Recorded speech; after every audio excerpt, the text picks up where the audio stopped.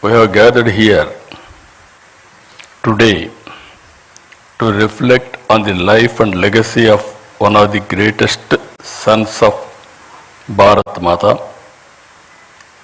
and also Bharat Ratna, our Prime Minister, former Prime Minister P.V. Narasimha Rao garu.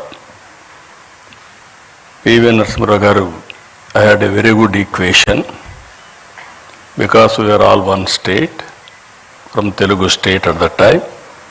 I had a very good equation with him. I know him very well. He was a great statesman and also visionary.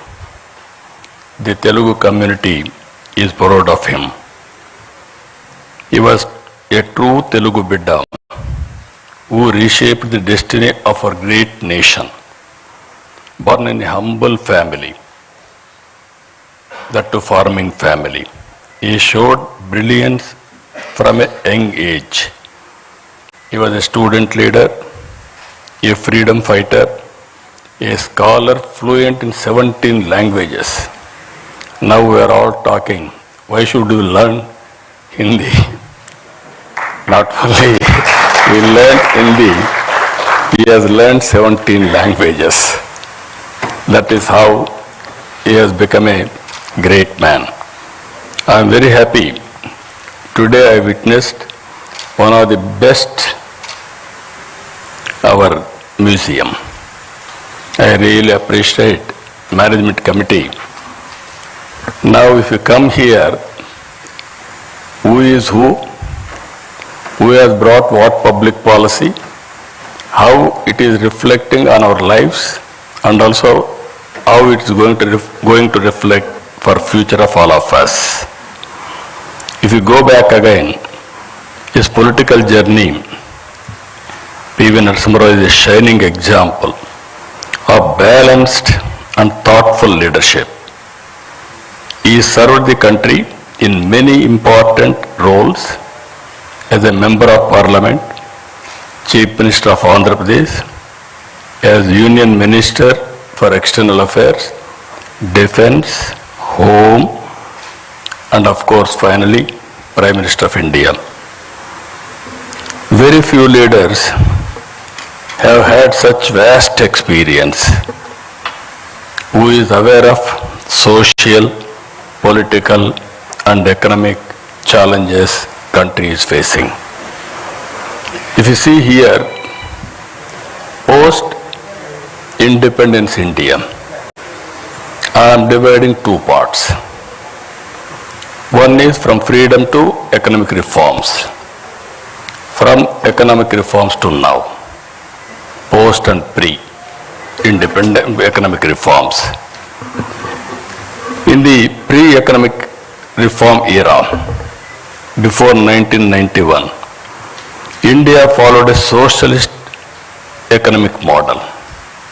Economy saw heavy regulations, restrictions known as license limited, and business faced a lot of hurdles. The economy grew very slowly, averaging at around 3 to 4%. These are all history.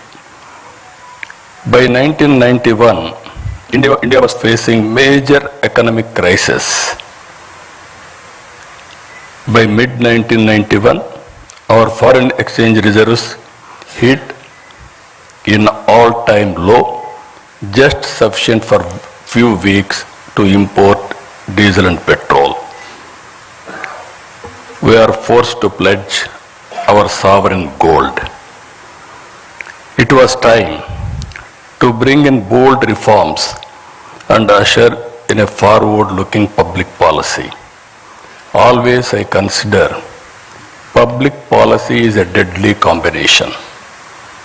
If you evolve proper public policy and execute properly, then you can transform totally country's future or state's future. If you see here, as India was facing the challenge, major global challenges in policy and reforms were shaping the world. In 1978.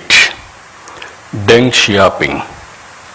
Just now, Chairman has introduced P.V. Narasimha Rao was Deng Xiaoping of India. His philosophy, economic philosophy in China, which is summarized by the famous saying, always I used to quote this quotation, it should not matter if a cat is black or white. If it catches mice, it is a good cat.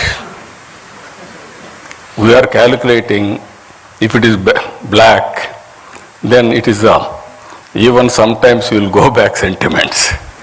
So that is how he made summarize. And also China had launched economic reforms and the impact of the same was seen globally now. During 1891, Mikhail Gorbachev introduced major politico-socio-economic reforms under the umbrella of perestroika and glasnost. Two big countries, two different type of reforms. These two public policies took two countries in different directions. If you see today, China and also erstwhile Russia, it is in this context that P.V. Narasimha Rao became the Prime Minister in India in June 1991. He recognized that the crisis was an opportunity and realized that India needed bold economic reforms. He went ahead and launched the economic reforms, launched the historic economic reforms, that is in 1991. He has changed the future of India. We are all here today. We are enjoying the benefits of his economic reforms, the fruits of his reforms, either education,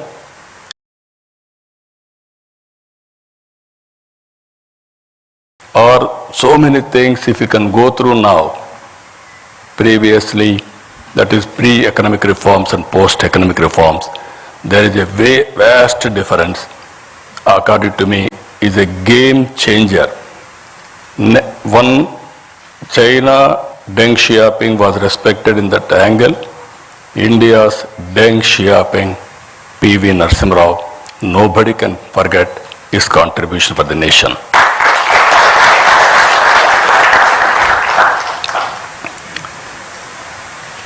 It is important to note that he was heading a minority government, not comfortable government. To bring in bold reform, political consensus is required. Because of his political acumen, he was able to convince all stakeholders and bring consensus across all political parties beyond their political ideologies. Some intellectuals, friends are there, even media. At that time, India used to talk some parties are talking communism, some parties are talking capitalism, some people are talking socialism. But to convince all these people and bring in one platform, it's very difficult. That is the greatest achievement P.V. Narasimha Rao garu was able to achieve. I really compliment him. P.V. Narasimha Rao garu ended the license Raj and made it easier to start and run businesses. He opened up the Indian economy to foreign investment. He reduced import duties, simplified taxes, and allowed private and foreign players into many sectors. He removed restrictions on trade and brought in financial reforms. Thanks to reforms, India's balance of payments crisis was addressed. Economy opened up and started slowly growing steadily. The reforms helped improve the overall economic environment and set the stage for future growth. Because of these reforms, around 1995, IT revolution has come. Indians has taken first mover advantage in IT. And also today, we are having a windfall gain. That is where demographic dividend. All countries are facing aging problem. Only India is having advantage by having this type of youngsters. They are the future. I am 100% confident India will become very powerful in course of time. Because of this combination of three strengths, economic reforms, first mover advantage in IT, and democratic dividend, India started moving ahead. After Narasimha Rao ji, Atal Bihar Vajpayee ji laid the solid foundation for the development of physical infrastructure and telecom revolution in this country. I am very fortunate I was associated with him. Napendra Mishra ji was with Prime Minister as Principal Secretary at the time. We had a wonderful time. He was able to achieve major milestones in the field of infrastructure projects, national highways, airports, ports, power projects, telecom, and setting up of information technology and industrial parks to boost industrial production and exports. India witnessed, that was his era, nobody can forget about his contribution. India witnessed coalition governments from 1989 till 2014. Because of economic reforms, coalition governments were able to produce better results, which the governments with clear majority in the past were not able to produce. That is where I am saying pre-economic reforms and post-economic reforms, that is the power of public policy. A turning point came in 2014. The electorate gave a strong and clear mandate to a bold and visionary leader, Honorable Prime Minister Narendra Modi ji. He brought bold initiatives like Digital India, Make in India, Startup India, and Atmanirbhar Bharat. Under the leadership of Prime Minister Narendra Modi ji, India earned a new phase, one marked by confidence, clarity of purpose, and bold decision making. Under his leadership, India has moved from the 11th largest economy in 2014 to 4th largest economy in 2025. India became the 3rd largest economy by 2028. Modi ji brought not just political stability, but also a renewed sense of national pride and global respect. His strong stand against terrorism showed the world that India could no longer stay silent in the face of threats. Good relationship across all countries has become the hallmark of his policy for global good. The goal is not just to grow fast, but to grow fairly, where every citizen, every region, every sector shares fruits of progress. Rightly called Sabka Saath, Sabka Vikas, Sabka Vishwas.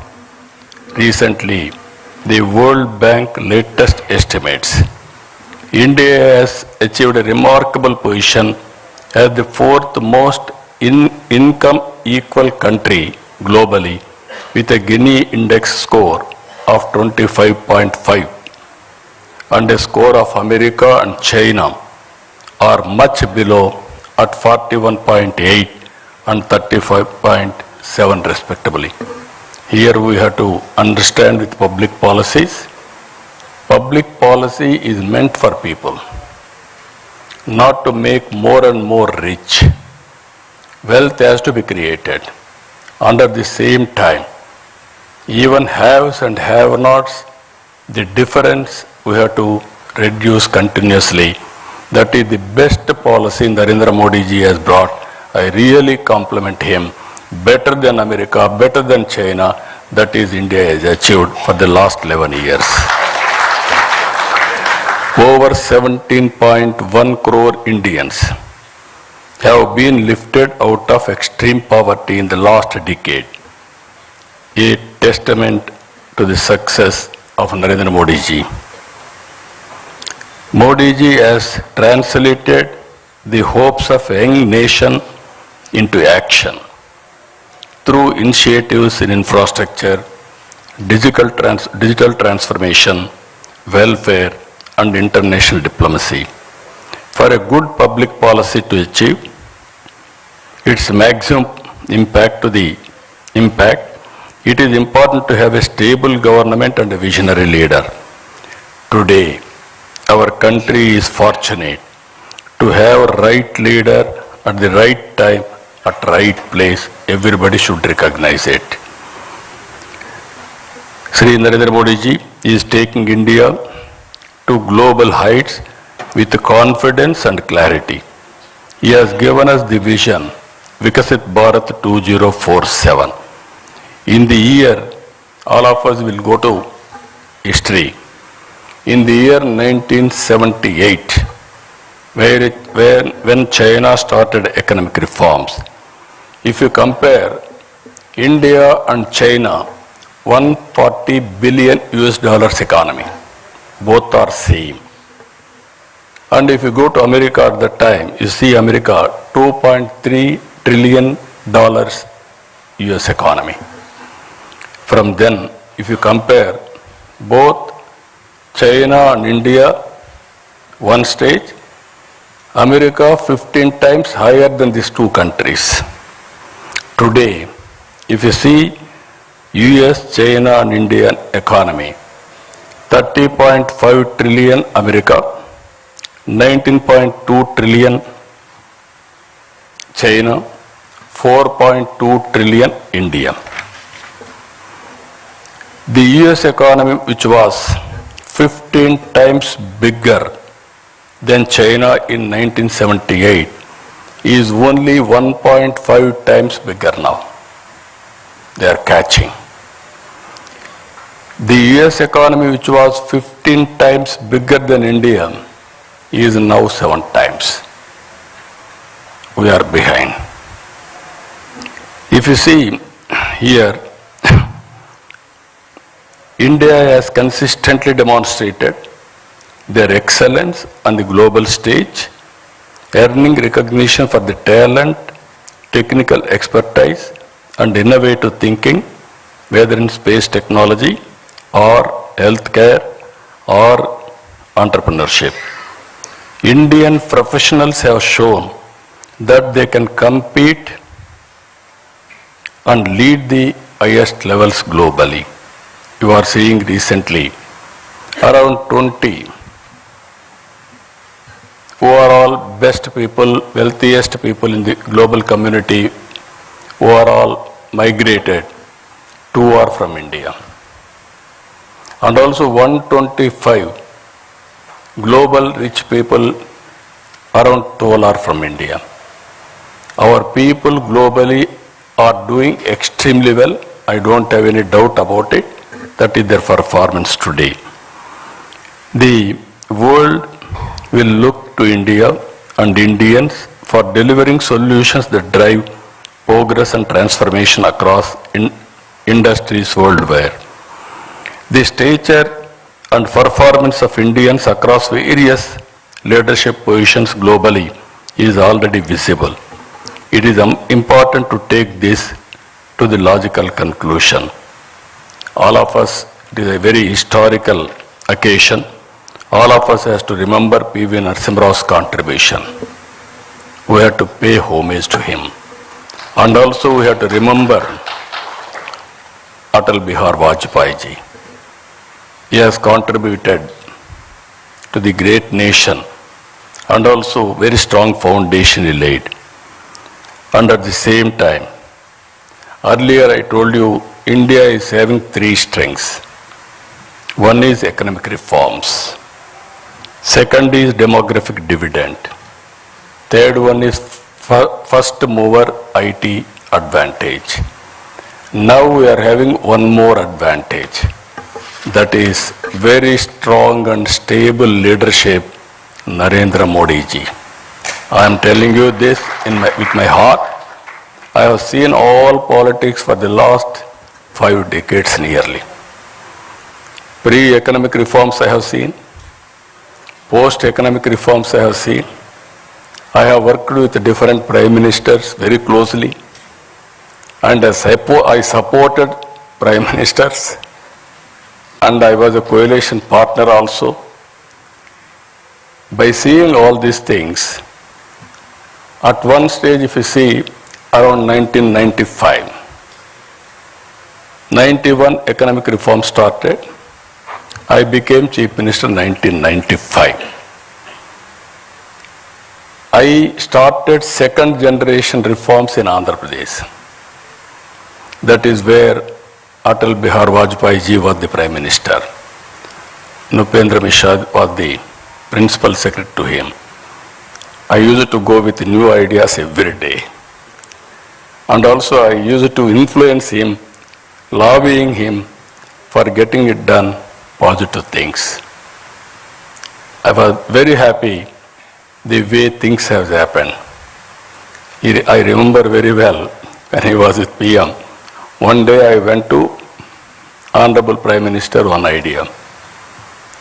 That is roads, national highways. Youngsters may not remember at the time. All our roads are in bad condition, full of potholes. To travel one place to another place, very difficult, miracle. Then I asked him, we have to change this policy. I went to Malaysia, small country, 2 crore population. They had 8-lane road, east and west coast corridor, one of the best road. I traveled 200 kilometers that road. Then I came and asked him, he constituted a committee. We gave a recommendation. First proof of concept we have done in Andhra Pradesh, that is Nellore to Chennai. Now golden quadrilateral road, and also every road if you see now, we are not inferior to anybody in the world. Much better roads we are having. That is the achievement we are able to do. Second one, I had a bitter experience at that time. Telecommunication. Now, fortunately, we are all having cell phones. So you didn't remember olden days. We had only 2 companies. One company, BSNL, domestic calls. Another company, VSNL, international calls. Both are public limited. If you wanted to call, we have to register a call through manual exchange. You will write down. At that time there are different calls. Ordinary call, emergency call, lightning call. Lightning call used to come once in a week or 10 days. That is what you call lightning call. If operator wanted to connect anywhere, he can connect within no time. Then I went to Honorable Prime Minister at that time. I requested him, China is moving very fast, why can't you move? Then he asked us to constitute a committee. 2 members, myself and Honorable Finance Minister, both of us gave a report. That is how deregulation has come. Today every ordinary man, wherever he is having a cell phone. Now jokingly I am telling today, with all meetings also, people heckled me at that time. cell phone can give food. They sometimes political attack also. Even Shekhar Gupta is there from the beginning, he was witnessing me. But today, wife can live without husband, husband can live without wife, but both of them are unable to live without phone, cell phone. Cell phone has become a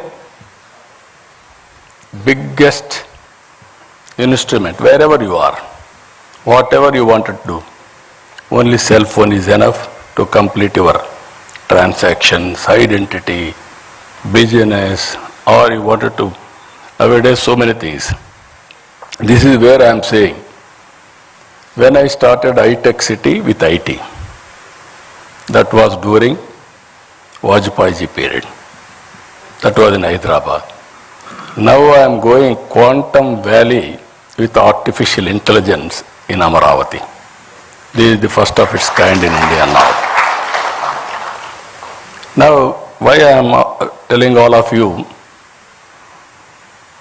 economic reforms has opened up. It gives so many opportunities. We are able to reach, as on today, fourth largest economy, another 1 or 2 years' time. But from now to next level, that is to be number 2, number 1, 4.5 times and 7 times we have to compete. But it is possible. We are in inspiring time. For every field, historical data is available. Now tools are available, artificial intelligence. Quantum computing is coming. Knowledge is available now. Global knowledge is available. Now real-time data is available. Drone is available. You can get very cost-effective data. Now satellite is available. Even it is more cost-effective. Even CCTV cameras are available, and also wearables, IoTs, and also sensors. With all these things, you name anything.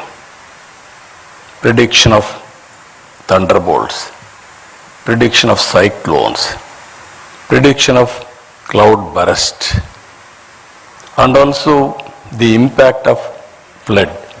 Everything, even wind, direction of wind, pest in the wind, even so many things are going to come.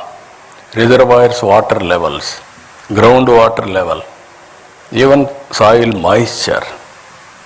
So like that, 40 to 50 parameters, it is available for public.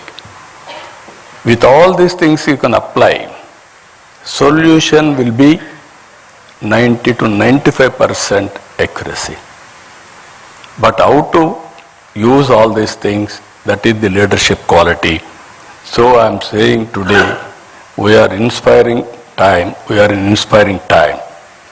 Another 20 years is very, very crucial for India. If all of us will work with a dedication, and also if you see here, India will move from being the 11th largest economy to 3rd position by 2028. Now we have to move upward to number 1 globally. It is possible, but you wanted to achieve 4.5 times China, 7 times America. But with the determination, at the helm of affairs, strong leadership, that is Narendra Modi ji, all of us will work, and I am 100% confident by 2047 we will be number 1 economy in the world. That is the great country we are heading, great occasion all of us are having. So ladies and gentlemen, I say with this confidence, when we celebrate 100 years of independence in 2047, India will be number 1 economy in the world. The Indian community will be number 1, and Indians will lead the world in skills, ideas and innovations. Only through unity, hard work, and shaped sense of purpose we move forward. Again, I am very happy. This committee is doing extremely good work. Museum committee is doing very good work. At one place, I was able to recollect all public policies started by different prime ministers. Great memories for me for the last 45 years. I have seen sometimes in leadership also, if you can go through, some people are great visionaries. Some people are great performers. Some people are mediocres. Some people are destroyers. All kinds of leaders we are seeing. But all of us should know whom to trust, how to elect proper leadership and support continuously. Then only that benefits will come all of us. So I am very happy to address today. I am thankful to them for inviting me to share some of my thoughts and my experiences. With this, I am thanking all of you. Thank you. Thank you, Vanda. Thank you, sir, for delivering a highly illuminating lecture on the transformative contribution of Mr. Narasimha Rao to the making of modern India. Now I would like to request the three students of Kendriya Vidyalaya, that is Navya, Anushka and Dev, who had participated in an essay competition. During the last lecture of this Prime Minister's lecture series organized on Mr. Chandrasekhar, the three prizes are to be given by the Honorable Chief Minister of Andhra Pradesh. May I request, sir, are you? Yes, come this way. वो कहाँ prize आगे आइए आगे हाँ ये हटा लीजिए. The first prize for essay competition goes to Navya from Kendriya Vidyalaya.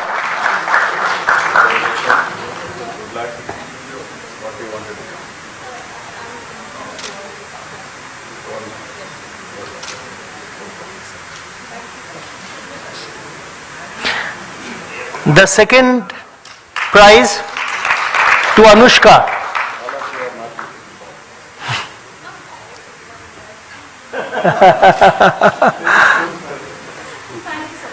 And the third prize goes to...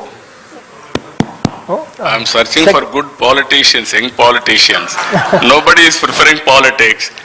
Everybody is preferring either all India services or business or some good career, scientist, all these things. Yeah. This is where all of us has to talk. Youngsters who have to attract to politics also, then only good leadership will come. We are at the end of the day, public policies are made by politicians, not bureaucracy. That is the great problem in this country with public trust. The second prize, Anushka.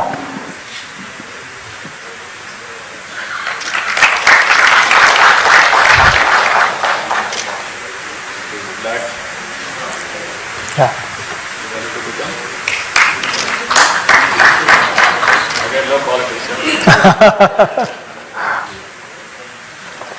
And the third prize goes to Dev.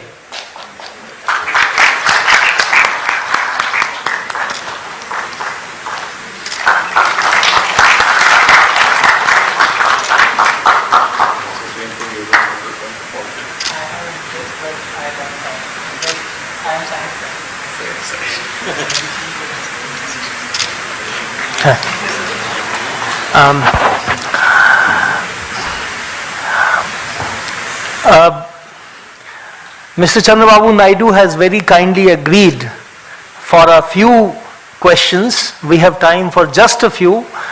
I would request the distinguished members of the audience who are interested in asking a question to introduce themselves at the beginning and be very, very brief and focused. Mike. Yes, There. take the mic there.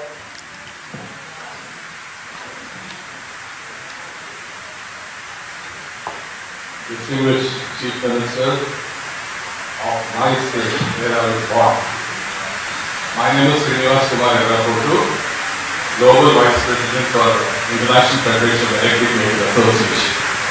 I have a personal request to you for the state and I'll hand it over to you. And my question immediately is, 2047 is the period we are all looking for and hope we are all, some of us are really alive. And before that, what are the key measures, what are the key specifics that the citizens have to follow, the political system has to follow, and the governments have to follow, number one. And the second one is, how do we reduce the walls between each of these parameters? Thank you. Thank you. No, very simple. 2047 is a reality. With proper public policy, good public policy, execution by good leader, strong leader, it is possible to achieve 2047, Vikasit Bharat. My aim is to reach third place, it is automatic. From there, to become first one with effort. Suppose Honorable Prime Minister is leading the country.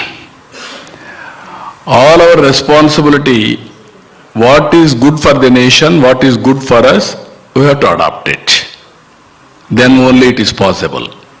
Always I am saying, hard work is no longer relevant.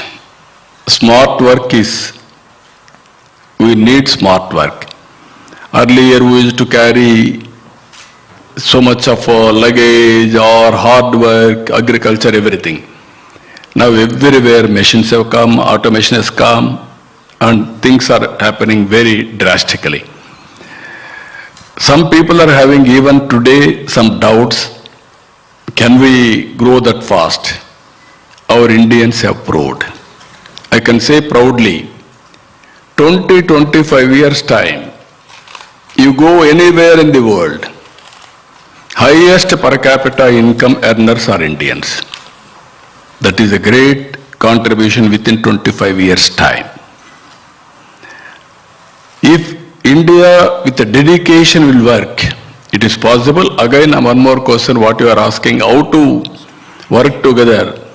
If you practice yoga, meditation, yoga for 5-10 minutes, half an hour, spend 1 hour for yourself, you will see the change. That is where simple things, little bit mindset change, you are going to achieve abnormal results. Thank you. Yeah, please take the mic to the young man there. Yes. Please be brief. Yeah. My name is Sathik. I'm doing a master's in philosophy. Please speak a bit louder. My name is Sathik. I'm doing my master's in philosophy from the University of Delhi. As you rightly pointed out, we have a perfect democratic privilege. And as well, you also talked a lot about encouragement of youth in politics. So what reforms do you envision for Andhra Pradesh? Technological education and encouragement of youth in politics. What reforms and what public policy might you envision for your government? No, I started my reforms, so many reforms.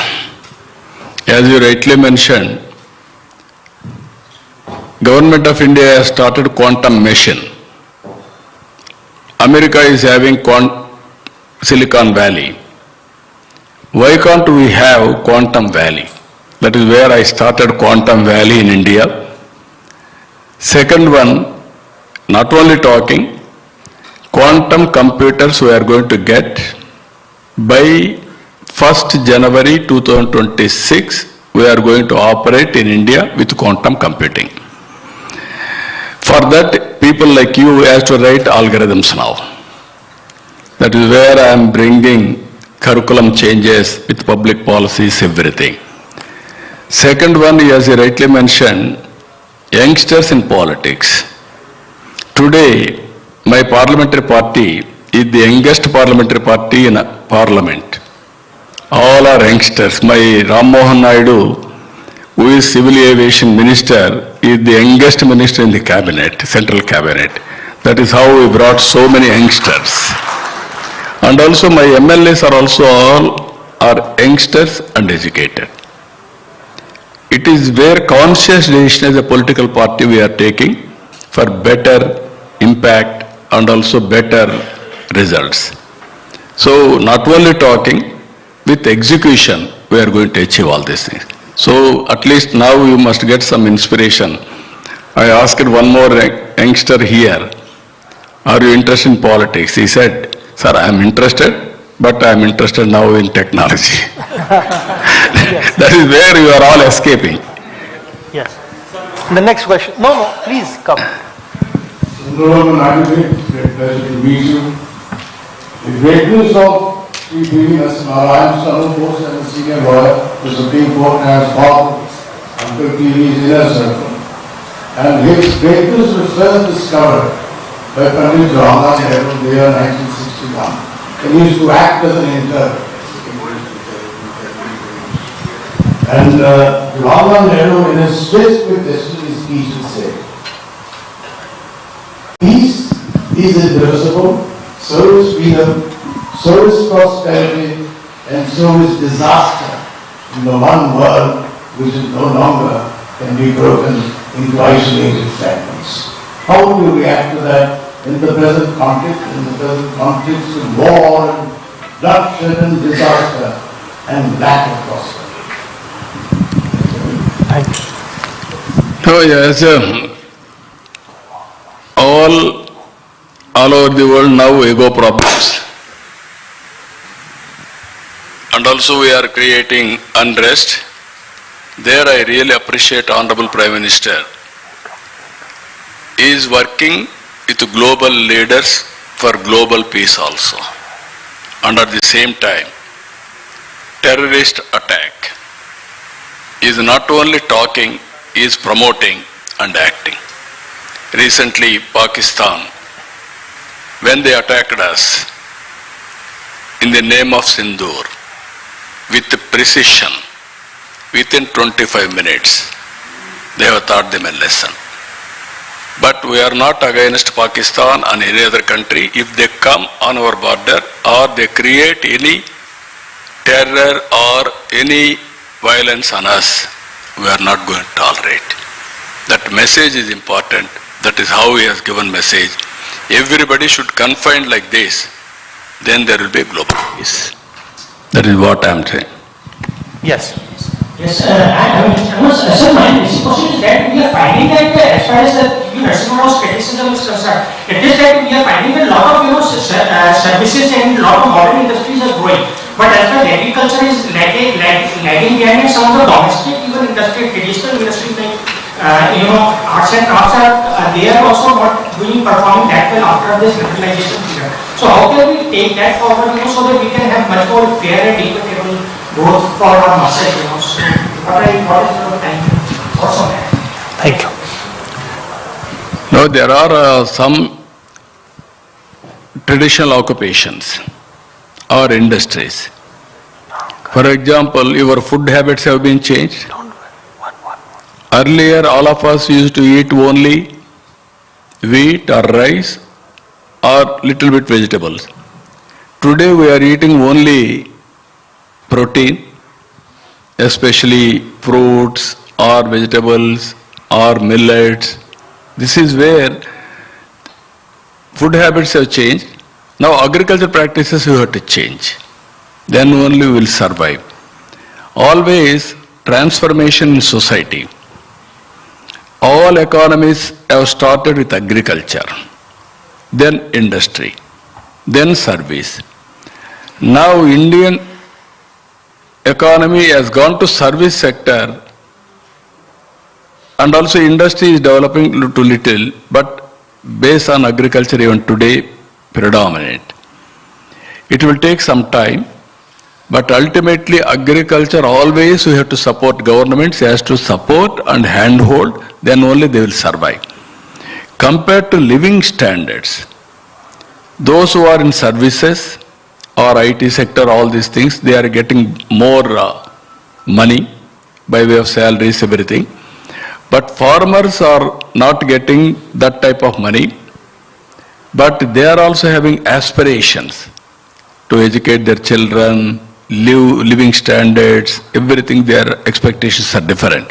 How to match this? This is where again public policies. That is where I told you, in India, equitable distribution is better compared to China and America. America, there is a wealth, more focused on few individuals or 10%, 20%, 30% like that. India is more equitable, but that is not enough. That is where I am saying P3, public-private partnership. That is where we created roads, telecom, power, education, everything. In the process, some people earn money, they have become wealthiest persons. But inequalities in society are picking up even today. This is where I am saying P4, public-private people's partnership. Top 10% of high net worth individuals has to adopt bottom 20% of poor people, last mile. It is a continuous process. We have to give back to the society. Today you have seen Bill Gates. 99% of his wealth is transferring for charity. Recently Vedanta, they are also giving 75%. Give back to the society has become a reality now. So these are all new concepts, we have to work it out, and at the same time, public policies are very important. What type of society we need in future? We want to replicate America or replicate some other countries or equitable society so that everybody should have better living standards. Then only there is a meaning for wealth. Otherwise there is no meaning. Even people like us are working day and night. Whom sake? Not to make billionaires and trillionaires. At the end of the day, we wanted to make poor people happy and having better living standards. That is our idea. Thank you. Honorable Chief Minister has talked about demographic dividend being one of the greatest strengths of India. So the last question, the chance for a very brief last question goes to the young lady who has been raising her hand from the beginning. Please be very brief. No. Yes, please be brief. I am Shrishi from India Vidyalaya Secretary.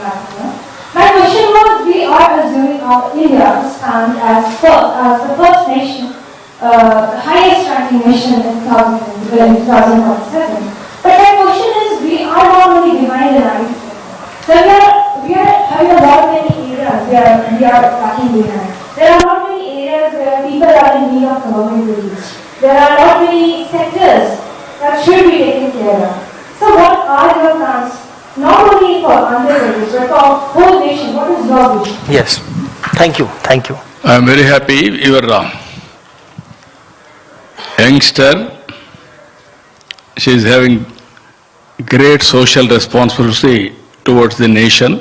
You asked a very good question. I congratulate her. First of all, you start developing economy. Then only wealth will be created. Then that wealth, how to redistribute for overall development. That is very important. As you rightly mentioned now, there are some sectors are not doing well. There are some families are not doing well. Some regions are not doing well. This is where we have to work together, how to plan each sector to move forward, each region how to take forward. For all our background, if you can go through, there is a historical reason, there is an economic reason, there is a political reason. I can say one thing here, India is very great country in my view, not only economic, all these things. Our fathers and sisters have inherited legacy of family life. If you go to anywhere, America, marriages are on contract, divorces are common. Other countries, if you go, this type of stable families are not there. That is the gift we are all inherited. Family gives security in all round, either health security or finance security or sometimes happiness. If all of us will go home, have a cup of coffee with family members, then you forget about all tensions. That is the biggest advantage Indians are having. Now in India, if you can go through other religions also, all Indian families are like that, more or less. This is a new culture.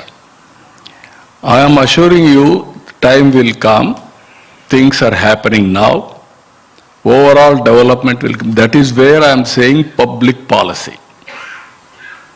That is only public policy will be created by politicians, not citizens. You may vote for us, I have to create a public policy. That is where game changer. P.V. Narasimha Rao, 1991, he started economic reforms. Earlier, 3%, 4% growth. Now we are able to reach 6, 7, 8%, but there is a potential to reach 10% plus. If we reach 10% growth, then we can reach new heights, that is above China, even America. So, every sector you have to focus. That is where Vikasit Bharat, clear milestones for the nation. I am having Swarna Andhra Pradesh, clear milestones for 2047. With all sectors, all people. I am confident we can achieve it.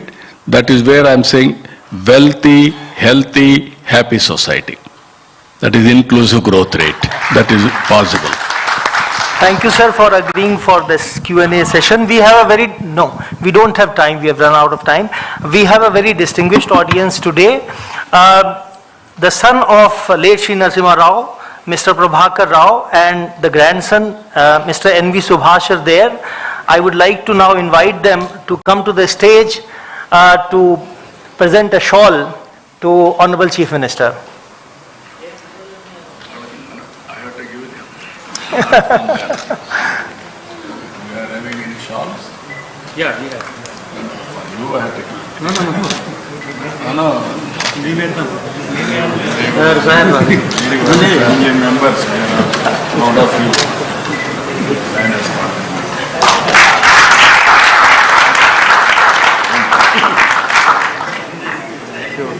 much.